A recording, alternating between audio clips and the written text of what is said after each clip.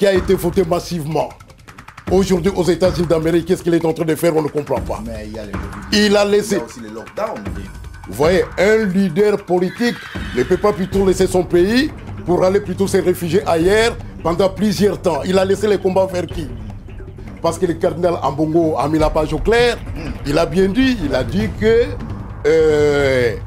vous avez plutôt triché les élections. Les élections n'étaient pas vraiment trop claires, au point que vous êtes en train d'assumer l'ordre comme étant plutôt un président de la République, mais qui n'a pas vraiment de racines. Mbote Nabiso, Nabiso Nyonso Balandi à ABTV. Vraiment, merci beaucoup. Tala lelo na etandoike Nabiso, na yambi moko abiso. Lelo tokolobela makambo mingi o etali mboka Nabiso. Kasi ngana kozoma loba mingi te. Ndeko Nabiso, penza tokoluka to yebaye, awiti wapi azali nani pamba te likamba kokamwa. Tomoni ye boye na kati ya etandoike Nabiso. Vraiment, ndeko Nabiso, topesi ombote. Merci beaucoup, monsieur le journaliste. Vraiment. Je vous apprécie beaucoup trop dans le vrai sens, s'il faut plutôt le dire. Merci, merci. Aujourd'hui, je suis sur ce plateau, mais avant de me présenter, je souhaiterais plutôt que je puisse commencer par la prière. Ok, il n'y a pas un problème. Je ne peux pas avancer les pas comme cela sans plutôt élever le nom du Seigneur Jésus-Christ. Merci beaucoup, merci. Là, c'est mieux. Okay, let's pray. We bless you, the Holy God, Jesus Christ, the Lamb of victory, the one who lives forever and ever. We live again this time which we are going to consume here between your holy hand. Be blessed, our God, for giving us this opportunity. Bless our brother journalist and I myself for your glory in Jesus' name. Amen. Amen. Vraiment, thank you very much. Donc, Nazassir, c'est plus mieux de commencer toujours avec une petite prière. Vraiment, c'est une très bonne idée. Vraiment, merci beaucoup, mon frère. Alors, les gens te regardent depuis notre chaîne de télévision. Alors, comment on vous appelle, s'il vous plaît? Et vous êtes venu d'où? Et je suis évangéliste Sunday. Okay. J'habite ici à Birmingham pendant un bout de temps. Je suis en train d'évoluer ici et j'évangélise à l'Institut Saint-Terre. Je suis père d'une grande famille de plusieurs enfants. Vraiment. Et nous sommes en train d'évoluer par la grâce du Seigneur. Vraiment. C'est très important. Vraiment, merci beaucoup. Donc, je suis sûr que tout le monde, Tolandi, l'introduction, il y a notre confrère, Oyo Azali Bongo, Moko Yaba évangéliste, Yaba Sali Yanzambe. Alors, émission Nabiso Alelo, ça va se dérouler na Balang Misato. Parfois, on parlera l'anglais, le français et aussi l'ingala. Donc, pour une très bonne compréhension, Nakati ya communauté Nabiso. Vraiment, je crois que c'était une très bonne idée. Vraiment, mon frère, alors, Lélo, maintenant, nous allons parler de quoi aujourd'hui? Aujourd'hui, je souhaiterais mieux qu'on puisse mettre le point sur le J. Ok. Au sujet, par exemple, de notre pays, Voilà. les discours, par exemple, du président Félix, Ouais. les discours, par exemple, de Abbé Ambongo, Ouais. et plutôt le cardinal Ambongo, et... et puis, en général, la situation qui se déroule aujourd'hui au Congo. Rien ne marche. Je dirais même que la Constitution n'est pas respectée, parce que le pays est dirigé en relation avec les alliances signées. Ok. Au point que cela a obscurci toute la situation politique, économique, sociale. N'en parlons même pas où est la place de la jeunesse. La jeunesse congolaise est étouffée. La jeunesse congolaise est anéantie. Or, dit-on, la jeunesse est l'avenir du demain.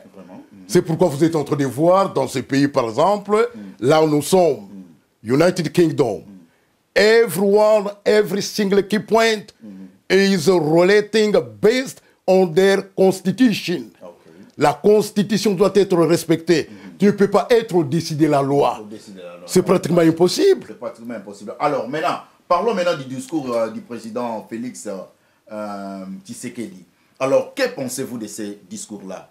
Le discours, j'étais très content de certains éléments que le président Félix avait, what I'm going to say, is trying to outline, Yeah. donc qu'il avait mentionné. Par exemple, il a élevé le président Kassavubu au rang de héros national, un nom qui était donc enterré. Mais il a fait en sorte que ce premier président soit donc honoré. Là, je suis très d'accord. Alors, il a fait en sorte que ces noms soient plutôt honorés. Donc là, parce que c'est les fonds ou bien la forme. les fonds et la forme. Quand je fais allusion à la forme, j'avais trouvé que c'est un discours purement intellectuel. Mais les fonds, il y a une certaine divergence avec la tendance que le cardinal Ambongo avait plutôt suggéré l'affaire. Parce que le cardinal Ambongo a mis la page au clair. Il a bien dit, il a dit que vous avez plutôt triché les élections. Les élections n'étaient pas vraiment trop claires. Au point que vous êtes en train d'assumer l'ordre comme étant plutôt un président de la République, mais qui n'a pas vraiment de racines. Alors nous sommes en train de voir. Le président Félix est un Congolais. Est un Congolais, nous devons être derrière lui. Mais what is the key problem with this president? The covenant. Il a made an evil covenant. Il a fait une mauvaise alliance avec un assassin, avec un président tueur. Donc, c'est-à-dire que l'alliance avec un diable. L'alliance avec Lucifer même. Parce que Kabila, qui aime Kabila dans notre pays? Kabila nous a massacrés. Kabila nous a tués. Et jusqu'à présent, la guerre de l'Est continue. Mais Kabila travaille avec nos frères congolais. Voilà. Et je dirais que... Pourquoi est-ce que nous allons toujours continuer à accuser M. Kabila aussi longtemps qu'il travaillait avec le nôtre? Ce sont des Congolais inconscients. Voilà. Ce sont des Congolais qui ne sont pas plutôt responsables. Un Congolais responsable, à combien de reprises que M. Honoré Ngwanda a suggéré certaines voies afin que vous puissiez vous détacher de ces messieurs. Ce n'est qu'au Congo où on trouve la population, les politiciens sont très faibles. Nous avons vu la lutte de Nelson Mandela. Comment Nelson Mandela, en face de l'apartheid, qu'a-t-il fait? Comment il était enraciné? Comment il avait fait son parcours jusqu'à être arrêté? Desmond Tutu a fait la part. Entre-temps, les Sud-Africains, ils n'ont pas vraiment give up, comme chez nous. Mais nous sommes en train de voir les politiciens leaders, ils ne sont pas des vrais politiques. Bon, le discours de Martin Fayulu, bien sûr que oui, c'est un discours qui a des racines, c'est un discours qui pèse. Mais le problème en est que Martin Fayulu, nous ne comprenons pas très bien sa position. D'un côté, il paraît comme s'il y a une certaine obscurité à travers sa marche. Un leader politique qui a été voté massivement.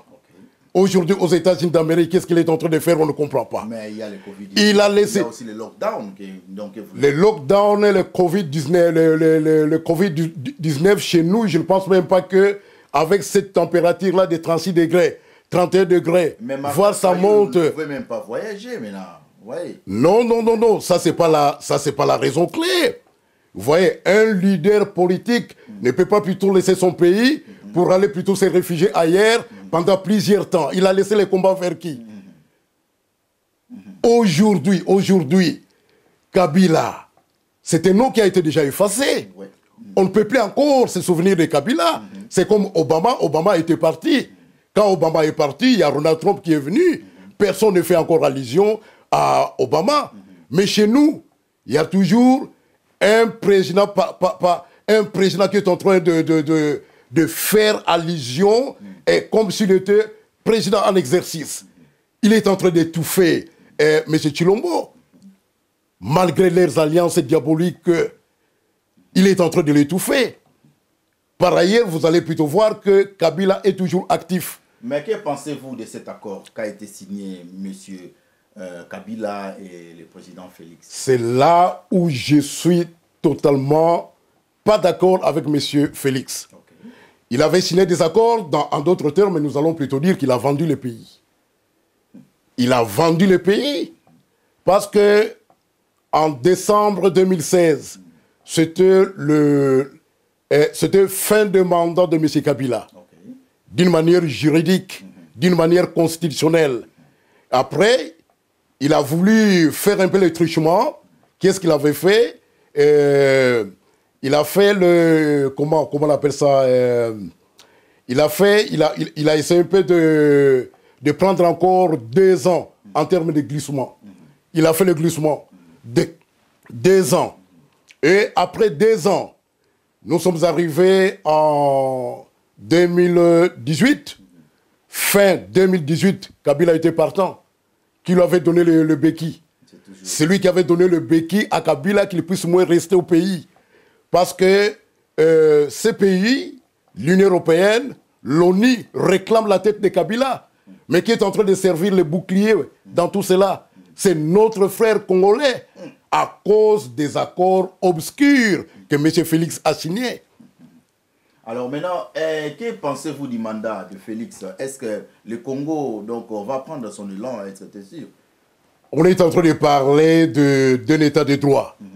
Mais les Congolais oublient que dans un état de droit, le peuple congolais doit vivre dans la paix. Dans ce sens que les frontières nationales doivent être contrôlées, doivent être solides. Et dans l'entretemps, l'économie congolaise doit être fortifiée, forte. Et le peuple congolais doit se retrouver dans son bain.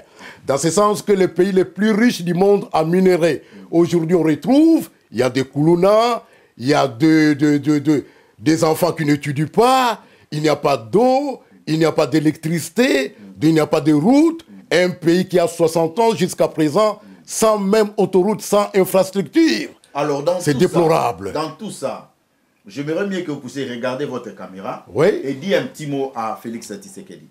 Alors, M. Félix... Parce qu'il te regarde maintenant. Moi, étant plutôt évangéliste, tu es notre frère congolais. Ce que nous sommes contre toi, ce n'est pas au sujet de la direction du pays ou à la tête du pays, mais c'est que nous sommes contre vous, s'il faut plutôt le dire. C'est parce que tu es en train de servir de bouclier à Kabila et à son système. Kabila est un sanguinaire. Le système de Kabila, Hippolyte Kalambé, est un système sanguinaire. Alors, toi étant Congolais, pourquoi tu dois servir de bouclier? Pourquoi tu as donné des béquilles à ces messieurs? C'est pour quel intérêt? C'est là où se trouve le problème. Alors maintenant, quelle est la solution? La solution, tu dois plutôt te détacher de cet accord. Qu'elle neige ou qu'elle pleuve, tu dois te détacher de ces accords. Kabila doit être arrêté, Kabila doit être sanctionné, Kabila doit être en prison. Either une république of Congo, or il doit plutôt faire face à la CPI. Donc, on ne peut pas plutôt voir que la tête de Kabila régner dans notre pays. Les politiciens congolais sont... They can work together. But the key point is this. All those politicians, they can be together. They can be together. But the key point is, they are not sharing the same opinion. Ils n'ont pas la même opinion. Certains politiciens sont devenus très faibles, moyennant la corruption. La lutte contre la corruption, vous avez plutôt vu. Kamere fait face maintenant en prison. Pourquoi? Parce que l'argent des sauts de moutons, l'argent des maisons préfabriquées, tout a été plutôt détourné. Et ce que moi je me demande, même nos politiciens, Faïlou, il vient d'où? Il a travaillé avec Hippolyte Kalambé. Oui, Mouzitou, il vient d'où? Il a travaillé avec Hippolyte Kalambé. Presque tout le monde. Et qu'est-ce qu'ils sont en train de faire? Ils sont en train de faire des voyages au Rwanda. À qui trust? À qui trust donc? Actuellement, au Congo, il n'y a aucun politicien que nous devons plutôt croire. Mais parce que le président Félix n'avait pas travaillé avec Kabila. Mais il n'a pas d'abord d'expérience as well. He has no experience in terms of working. Kabila avait l'expérience. Kabila n'avait pas d'expérience, oui, mais il a appris. On ne peut pas simplement venir tête vide et puis être la tête de la République. C'est pratiquement impossible. Mais vous avez maintenant vu les 18 ans de Kabila. Qu'est-ce qu'il a fait? Rien. Totalement rien. Rien du tout. Rien du tout. Maintenant, Félix est venu avec plusieurs voyages au début, dépensant l'argent des contribuables congolais for nothing at all. Et après, qu'est-ce qui est arrivé? Regarde la manière dont il est en train maintenant de travailler. Les Congolais sont en train de croire que le fait d'arrêter Kamele, et plutôt Kamere, c'est ça l'état des droits. Ça, c'est une goutte d'eau dans l'océan. Ça ne représente pratiquement rien parce que c'est toute une chaîne. C'est toute une chaîne. Non simplement Kamere, c'est toute une chaîne. Kabila, qu'est-ce qu'il est en train de faire? Il a fait un État dans un autre État. Kingakati que vous êtes en train de voir. Il a fait un État dans un autre État. Tu ne peux pas percer Kingakati légèrement comme cela. Et personne ne peut les toucher. On dit toujours que un président sortant qui est majorité plutôt au Parlement. Les 2 chambres de Parlement. 400 députés, c'est pour Kabila. Le président du Sénat, c'est un kabiliste. Le gouvernement s'est rempli de ministres de Kabila. Les ministères régaliens qui concernent que le président de la République doit plutôt avoir, qui doit l'accompagner, le ministère des Affaires étrangères, Défense, et tout ça. Donc, c'est toujours Kabila. Bon, dis-moi maintenant, l'impérium, le président Félix n'a même pas d'impérium. Il n'a même pas d'armée. Les services de sécurité contrôlés par la Kabylie. La police et l'armée, c'est pour la Kabylie. Bon, dis-moi d'abord. Alors, qu'est-ce que nous allons dire au président Félix? Et comment il va donc travailler? Donc, c'est pour dire que l'ombre de Kabila est en train de régner au sein de la République congolaise. Alors, maintenant, que pensez-vous maintenant de l'élection, donc 2023? Vous savez, monsieur le journaliste, je vous aime bien parce que vous posez des questions très claires. Les élections en République démocratique du Congo, ce sont des mascarades. Pourquoi? Parce que dans un pays, quand le pays est dans l'occupation, on ne fait pas des élections. La première des choses, c'est faire sortir, faire partir les occupants. Alors, quelle occupation faites-vous, Alizan? L'occupation rwandaise. L'occupation rwandaise, c'est une sorte de néocolonisation.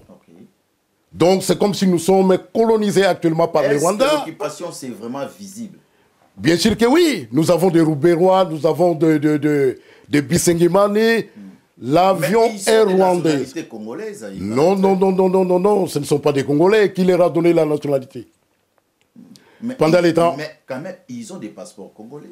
Mais oui, tout le monde peut avoir un passeport congolais aujourd'hui. Le passeport congolais, donc c'est un passeport qui ne pèse pas.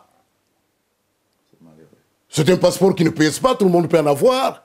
Regarde un pays sans carte d'identité, comment tu peux comprendre? Les frontières sont ouvertes à qui que ce soit. Au nord, là-bas, le Soudan a pris une partie. Au sud, là-bas, la République zambienne est en train de faire des tapages. De l'autre côté, là, l'Angola a pris une partie. Rwanda, Ouganda ont pris une partie. Du moins, maintenant, c'est quelle République? Tout le monde peut entrer comme on veut. L'avion qui provient de Rwanda pour Kinshasa, il vient avec des Rwandais et quand il part, c'est vide. Est-ce que M. Félix savent que notre pays est occupé? M. Félix, le problème est que les accords qu'il a signés, ces accords les a totalement étouffés. Donc, il ne sait quoi faire. Le problème, nous devons être derrière lui. Parce qu'il n'a pas de majorité parlementaire, mais il a la majorité populaire. La population est en train de l'aimer actuellement. Le premier signe est quand le monsieur-là a été traduit en justice, le Caméré. Cela a essayé un peu de peser la conscience des Congolais. Mais actuellement parlant, regarde dans un pays qui est dans l'occupation. Quelles élections que vous allez plutôt faire en 2023? En 2006, c'était le temps de Bemba. Bemba était passé, il était majoritaire, on l'avait voté massivement. Mais qui était passé? Hippolyte Kalambé. En 2011, avec le plus célèbre du Congo, Etienne Tshisekedi. Il a battu record. Il a battu record, mais qu'est-ce qu'il passé? Et en 2006, excusez-moi, celui qui était le président de CENI, c'était qui? C'était Abbé Malomal. Il est allé proclamer le résultat dans les chars de combat. Tu peux comprendre? Lui qui n'est pas militaire. Oui, maintenant, il y a... Excusez-moi, monsieur le journaliste. En 2011, Etienne Tshisekedi, Ngoï Mulunda. Ngoï Mulunda, qu'est-ce qu'il a fait? Il nous a foutus dans le néant. Et en 2018, maintenant, monsieur Martin Faïlou, je le salue là où il est, on l'avait voté massivement. Mais qu'est-ce qui est arrivé? Félix, qui n'a jamais travaillé dans sa vie, directement, il va plutôt apparaître comme étant plutôt tête d'affiche dans cette République congolaise. Quelle ignominie, quelle honte pour le pays. Dans un pays soi-disant démocratique. Alors maintenant, trois fois durant, les élections n'étaient pas trop claires. Donc maintenant, en 2023, vous allez plutôt vous attendre à un sujet qui sera donc positif. Ça, c'est le néant. Les gens qui sont en train d'attendre 2023, je vous dis qu'il n'y a pas d'espoir. Ce sera un sujet regrettant. Donc, moi, je dirais que Honoré Ngwanda l'a toujours suggéré. Même certains combattants, résistants que nous sommes en train de vivre avec eux, nous avons toujours suggéré que dans un pays qui est dans l'occupation, on ne fait pas les élections. Il faut d'abord chasser l'occupant. Quand l'occupant va partir, c'est par là où vous allez commencer à proclamer l'État démocratique, la démocratie. Comment faire déguerpir l'occupant? C'est pas facile. Nous avons vu la Chine, je vais plutôt donner l'exemple de la Chine. La Chine, 10 ans passés, était faible. Nous, en 1960, notre économie était très forte. Nous étions en parallèle avec le Canada, avec le Brésil, avec la Corée du Nord, qui est en train aujourd'hui de faire trembler les États-Unis d'Amérique. En 1960, nous étions très forts comme la Corée du Nord, comme le Canada. Mais actuellement, regarde là où nous sommes. Regarde maintenant là où nous sommes. La Chine, 10 ans passés, la Chine était faible. Nous étions très forts que la Chine. Mais la Chine, qu'est-ce qu'ils ont fait? Ils ont cassé le mur de fer de Mao Tse-tung parce qu'ils ne sortaient pas. Ils étaient dans l'obligation de vivre dans leur pays. Mais qu'est-ce qui s'est passé? Ils ont cassé le mur de fer. Donc les jeunes Chinois se sont sacrifiés, le sang a coulé. Ils ont fait ce qu'on appelle une révolution, comme la Révolution française. Ils ont cassé le mur de fer, il y a eu de morts et de morts. Au point que le mur de fer est cassé. Aujourd'hui, la Chine est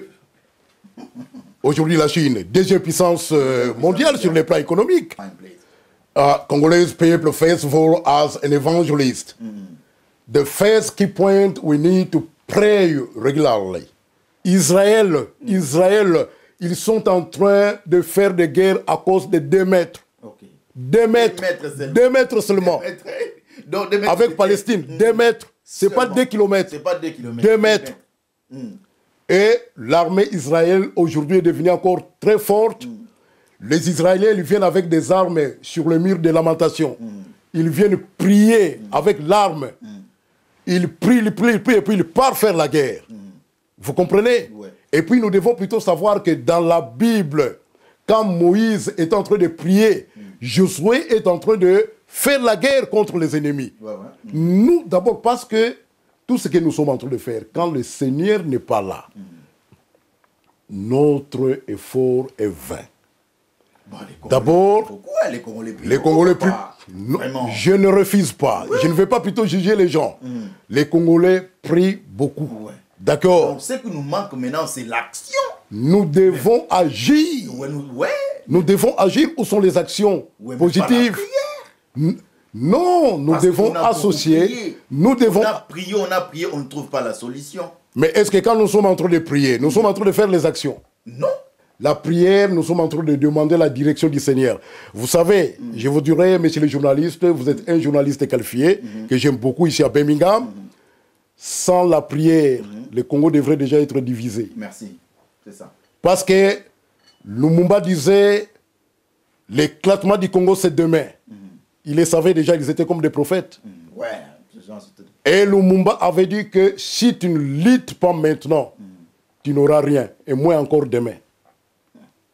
Nous devons travailler durement maintenant pour récupérer notre pays. Parce que si nous ne luttons pas maintenant, nous n'aurons rien, et moins encore demain, ce sera pire. Félix travaille avec nos frères de la diaspora là, mais il n'y a pas toujours la solution. Alors, qu'est-ce que vous allez dire par rapport à ça? Félix, ce qui est en train de tuer Félix, ce sont des alliances qu'il a signées. Il doit dénoncer à ces alliances. Il doit dénoncer à ces alliances. Parce que s'il dénonce à ces alliances, la population est derrière lui. Nous allons attaquer Kabila et son système. Actuellement, le Congo, c'est entre le marteau et l'enclume. Ouais. Tant que Kabila est toujours au Congo, les milices à l'Est qui est en train d'alimenter les ADF Nalou et tous les milices qui sont là, ce sont des kabylistes. Et dans l'entretemps, Kabila est dans notre pays, il est en train de gouverner d'une manière ou d'une autre. Alors, comment maintenant dire quel est cet état de droit-là qui viendra aussi longtemps que Kabila est visible au Congo? Alors, il n'y aura rien de déjà dit. Donc, il ne va pas céder Kabila. Donc, tant que Félix ne va pas plutôt céder plutôt Kabila, nous sommes en train de faire un tour. Nous sommes en train de tourner en rond. Bon, peut-être il va changer d'avis. Hein? S'il va changer d'avis, mais c'est ce que j'avais plutôt annoncé, que c'est Félix qui avait vendu le Congo. Parce que c'est lui qui a donné le béquilles à Kabila avec son système. Sans cela, il devrait déjà nager dans le fleuve Congo. Vraiment. En partant et puis nous laisser le pays. Mais tant que Kabila est là, d'abord regarde Kabila quand il est en train de marcher. Il s'en fout de tous les Congolais. Alors un homme pareil, quelqu'un qui ne comprend rien, vous allez plutôt partir pacifiquement pour en faire quoi? L'occupation, nous devons voir l'exemple de Nelson Mandela. Donc, c'est-à-dire que vous voulez dire qu'il faut seulement quoi, un soulèvement populaire d'une manière incessante. Mais ça va commencer comment? C'est par des marches là. Mais le marche, nous sommes en train de voir, mais regarde, dans certains d'autres pays où il y a eu des soulèvements populaires, par exemple Tunisie, par exemple Burkina Faso, et puis Égypte, tous d'autres pays là, vous allez plutôt remarquer que l'armée est toujours derrière. Mais nous d'abord, l'armée est totalement infiltrée. C'est ça le problème. Ils sont très sages. Et l'autorité morale de M. Kabila, c'est Kagame, avec des Museveni. Ils sont très forts. Parce que quand vous allez plutôt venir avec des marches pacifiques, nous avons perdu Rossi Mukendi. Ouais. Hein? Nous avons perdu beaucoup. Quand on va plutôt tuer 2 ou 3 personnes, les gens ont peur, ils rentrent. Et nous sommes en train de penser que l'Union européenne, l'ONU, viendront plutôt en aide pour nous aider. Mais non, l'ONU ne viendra pas. L'ONU ne viendra pas. À titre de preuve, Monesco est sur place. Il est en train de voir comment Kabila est en train de saccager le pays jusqu'à présent. Merci beaucoup, mon frère. Merci. Vraiment, merci beaucoup. Donc, on a sûr que tout le monde, Oyo, Bolandi, Papa Nabiso, na Malobagnon, surtout Awiti, Oyebisa, Nabiso, vraiment, ils allaient vraiment pas si makasi. Ils allaient vraiment pas si mingi, makambo zali kolekana na mboka na Congo. Alors maintenant, na retourne à Papa Nabiso, moi, motuna Oyo, pour être to, si la bonne kokabona naye, na éviter Papa Nabiso, idée nini, Oyo, a koyi kopesa et pas na biso ba diaspora.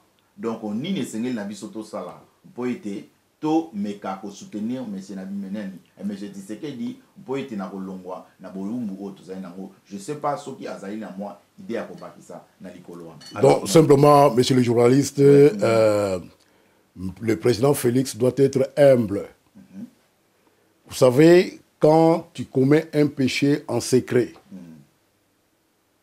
quand tu commettais le péché, tu étais seul ou deux. Alors, maintenant, on dévoile que tu as commis un péché pour venir demander pardon en public. Ce n'est pas facile.